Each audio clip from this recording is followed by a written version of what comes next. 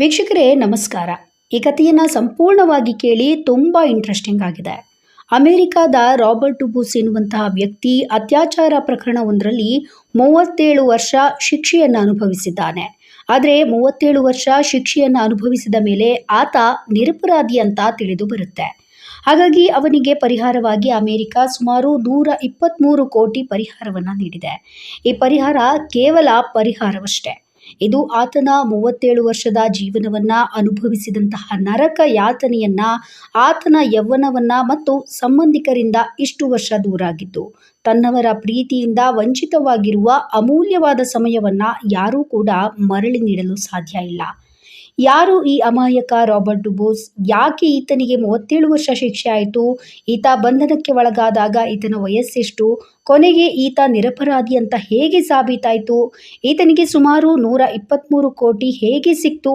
ಎಲ್ಲದರ ಬಗ್ಗೆ ಕಂಪ್ಲೀಟ್ ಮಾಹಿತಿ ತಿಳಿದುಕೊಳ್ಳೋಣ ಈ ಸ್ಟೋರಿಲಿ. ಅಮೆರಿಕದ ಫ್ಲೋರಿಡಾ ರಾಜ್ಯದ ಟಾಂಪಾ ನಗರದಲ್ಲಿ ರಾಬರ್ಟ್ ಡುಬೋಸ್ ಎನ್ನುವಂತಹ ವ್ಯಕ್ತಿ ಮಾಡದೇ ಇರುವ ತಪ್ಪಿಗೆ ತನ್ನ ಜೀವನವನ್ನೇ ಜೈಲಿನಲ್ಲಿ ಕಳೆಯುವಂತಾಗಿದೆ. ಈತ ಶಿಕ್ಷೆ ಅನುಭವಿಸಿದ ಪ್ರಕರಣ ಯಾವುದು ಅಂದರೆ, ಅಮೆರಿಕದಲ್ಲಿ 1983ರಲ್ಲಿ 19 ವರ್ಷದ ಬಾರ್ಬರಾ ಗ್ರಾಮ್ಸ್ ಎನ್ನುವಂತಹ ಯುವತಿಯನ್ನ ಅತ್ಯಾಚಾರ ಮಾಡಿ ಮತ್ತು ಹತ್ಯೆ ಮಾಡಲಾಗಿತ್ತು. ಈ ಪ್ರಕರಣಕ್ಕೆ ಸಂಬಂಧಿಸಿದಂತೆ ಕೇವಲ 18 ವರ್ಷದ ಡುಬೋಸ್ನನ್ನ ಪೊಲೀಸರು ಬಂಧಿಸಿದ್ರು. ಆ ಕಾಲದಲ್ಲಿ ಪ್ರಕರಣದಲ್ಲಿ ಗಟ್ಟಿಯಾದ ಸಾಕ್ಷಿಗಳು ಸಿಗಲಿಲ್ಲ. ಆದರೆ ಫಾರೆನ್ಸಿಕ್ ತಜ್ಞರು ಬಲಿಯಾದ ಮಹಿಳೆಯ ದೇಹದಲ್ಲಿ ಕಂಡುಬಂದ ಹಲ್ಲಿನಿಂದ ಕಚ್ಚಿದ ಗುರುತು ರಾಬರ್ಟ್ ಡುಬೋಸ್ನ ಹಲ್ಲಿನ ಆಕಾರಕ್ಕೆ ಹೋಲುತ್ತೆ ಅಂತ ಹೇಳಿದ್ರು. ಜೊತೆಗೆ ಕೆಲವರು ಹೇಳಿದ್ದ ಸುಳ್ಳು ಸಾಕ್ಷ್ಯಗಳು ಸೇರಿ ನ್ಯಾಯಾಲಯವು ಅವನನ್ನ ಅಪರಾಧಿ ಅಂತ ತೀರ್ಮಾನ ಮಾಡಿಬಿಡ್ತು. ಇದರ ಆಧಾರದ ಮೇಲೆ ಮೊದಲು ಅವನಿಗೆ ಮರಣ ದಂಡನೆಯನ್ನ ವಿಧಿಸಲಾಯಿತು. ನಂತರ ಅದನ್ನ ಕಡಿಮೆ ಮಾಡಿ ಜೀವಾವಧಿ ಶಿಕ್ಷೆಗೆ ಬದಲಾಯಿಸಲಾಯಿತು. ಒಂದು ವೇಳೆ ಆತನಿಗೆ ಮರಣ ದಂಡನೆ ವಿಧಿಸಿದ್ರೆ ಅಮಾಯಕ ಮತ್ತು ನಿರಪರಾಧಿಯಾಗಿದ್ದಂತಹ ಈತ ಆ ಕಾಲದಲ್ಲೇ ಮಾಡದ ತಪ್ಪಿಗೆ ಗಲ್ಲು ಶಿಕ್ಷೆಗೆ ಒಳಗಾಗಬೇಕಾಗಿತ್ತು. ಅದೃಷ್ಟಕ್ಕೆ ಈತನಿಗೆ ಮರಣ ದಂಡನೆ ಆಗಲಿಲ್ಲ. ಇದೀಗ ಈತನಿಗೆ ನ್ಯಾಯ ಸಿಕ್ಕಿದ್ರೂ ಕೂಡ ಇದೆಂತಹ ನ್ಯಾಯ? ಹೀಗೆ ಪ್ರಶ್ನೆ ಮಾಡುವಂತಹ ಪರಿಸ್ಥಿತಿ ಬಂದಿದೆ. ಆದರೆ ಕೊನೆಗೂ ಕೂಡ ಸತ್ಯಕ್ಕೆ ಗೆಲುವು ಸಿಕ್ಕಿದೆ ಅನ್ನೋದೇ ಒಂಥರ ಸಮಾಧಾನದ ಸಂಗತಿ.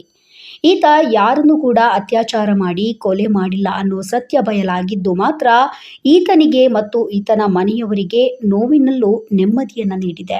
37 ವರ್ಷ ತಪ್ಪು ಮಾಡದೆ ಶಿಕ್ಷೆಯನ್ನ ಅನುಭವಿಸ್ತಾ ಇರುವ ಡುಬೋಸ್ ತಾನು ನಿರಪರಾಧಿ ಅಂತ ಎಷ್ಟೇ ವಾದಿಸಿದ್ರೂ ಆ ಕಾಲದ ತಂತ್ರಜ್ಞಾನ ಮತ್ತು ತನಿಖಾ ವಿಧಾನಗಳು ಅವನ ಪರವಾಗಿರಲಿಲ್ಲ.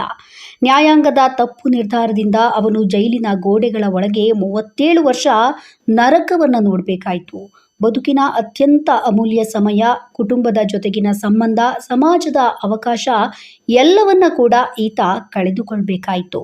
ಆದರೆ ದೇವರು ಅಂತ ಒಬ್ಬ ಇದ್ದಾನೆ ಅಲ್ವಾ? ಆತ ಕೊನೆಗೂ ಇವನ ಕೈ ಹಿಡಿದಿದ್ದಾನೆ. ತಡವಾದರೂ ಸರಿ ಇವನಿಗೆ ನ್ಯಾಯವನ್ನ ಕೊಟ್ಟಿದ್ದಾನೆ. ಅಷ್ಟಕ್ಕೂ ಈತ ನಿರಪರಾಧಿ ಎನ್ನುವ ಸತ್ಯ ಹೊರಬಂದದ್ದು ಹೇಗೆ ಅಂತ ನೋಡ್ತಾ ಹೋದ್ರೆ, 1983ರಲ್ಲಿ ನಡೆದ ಅತ್ಯಾಚಾರ ಮತ್ತು ಹತ್ಯೆ ಪ್ರಕರಣದಲ್ಲಿ ತಪ್ಪಾಗಿ ಶಿಕ್ಷೆಯನ್ನ ಅನುಭವಿಸಿದ ರಾಬರ್ಟ್ ಡುಬೋಸ್ 37 ವರ್ಷಗಳ ನಂತರ ನಿರಪರಾಧಿ ಅಂತ ಹೊರಬಂದಿದ್ದು ಆಧುನಿಕ ವಿಜ್ಞಾನದ ಶಕ್ತಿಯಿಂದ. ಆ ಕಾಲದಲ್ಲಿ ಗಟ್ಟಿಯಾದ ಸಾಕ್ಷಿಗಳು ದೊರಕದಿದ್ದ ಕಾರಣ ಹತ್ಯೆಯಾಗಿದ್ದಂತಹ ಯುವತಿಯ ದೇಹದಲ್ಲಿ ಕಂಡುಬಂದ ಕಚ್ಚಿದ ಗಾಯದ ಗುರುತುಗಳನ್ನು ಫಾರೆನ್ಸಿಕ್ ತಜ್ಞರು ತಪ್ಪಾಗಿ ಡುಬೋಸ್ನ ಹಲ್ಲಿನ ಮಾದರಿಯೊಂದಿಗೆ ಹೊಂದಿಸಿದ್ರು.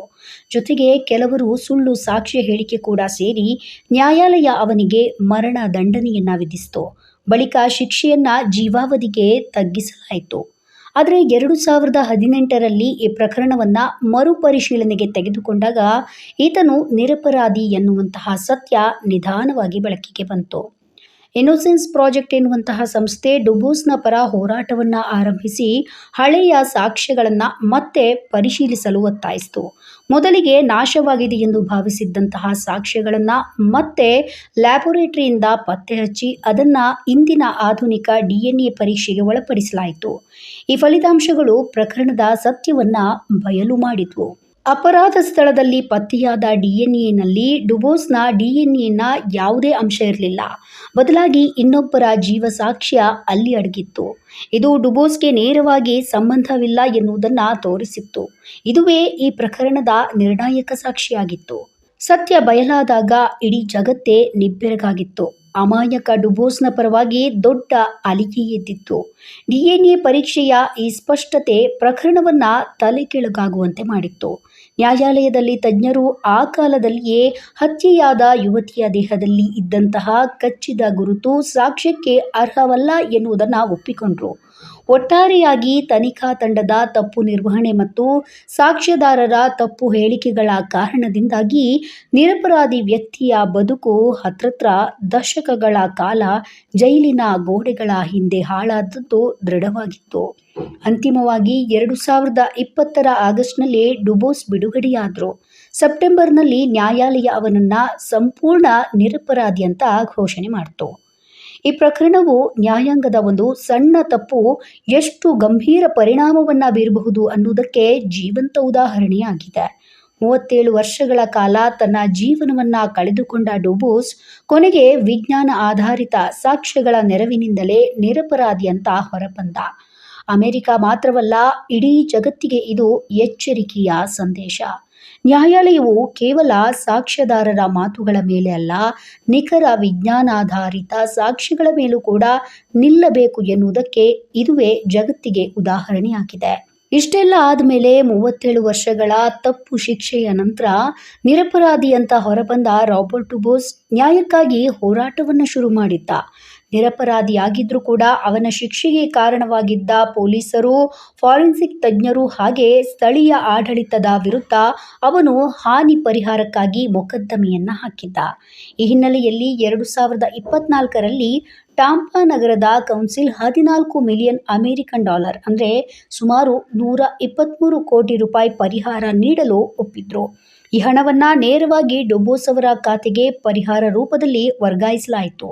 ಕಾನೂನಾತ್ಮಕ ಒಪ್ಪಂದದ ಪ್ರಕಾರ ಇದು ಸರ್ಕಾರ ಮತ್ತು ಸ್ಥಳೀಯ ಆಡಳಿತದಿಂದಾಗಿ ತಪ್ಪಿನ ಹೊಣೆಗಾರಿಕೆಯನ್ನ ಒಪ್ಪಿಕೊಂಡಂತಾಯಿತು. ಈ ಹಣವು ಅವನು ಕಳೆದುಕೊಂಡ 37 ವರ್ಷಗಳನ್ನ ಹಿಂತಿರುಗಿಸಲಾರದು. ಆದರೆ ನ್ಯಾಯಾಂಗದ ದೋಷಕ್ಕೆ ಕನಿಷ್ಠ ಪರಿಹಾರವಾಗಲಿ ಎಂಬ ಉದ್ದೇಶ ಇತ್ತು. ಒಟ್ಟಾರೆಯಾಗಿ 18 ವರ್ಷದವನಾಗಿದ್ದಾಗ ಜೈಲು ಸೇರಿದ್ದ ಡುಬೋಸ್ಗೆ ಇದೀಗ ಸುಮಾರು 55 ವರ್ಷ ವಯಸ್ಸು. ಇವರು ತಮ್ಮ ಯೌವನದ 37 ವರ್ಷಗಳನ್ನ ಮಾಡದೇ ಇರುವ ತಪ್ಪಿಗಾಗಿ ಜೈಲಿನಲ್ಲಿ ಕಳೆಯಬೇಕಾಯಿತು. ಇವರಿಗೆ ಕೊಟ್ಟ ಪರಿಹಾರದ ಬಗ್ಗೆ ಹಾಗೆ ಈ ಪ್ರಕರಣದ ಬಗ್ಗೆ ನಿಮ್ಮ ಅಭಿಪ್ರಾಯ ಏನು ಅನ್ನೋದನ್ನ ಕಾಮೆಂಟ್ ಮೂಲಕ ತಿಳಿಸಿ. P. Kumar, special report, Prajamarga news.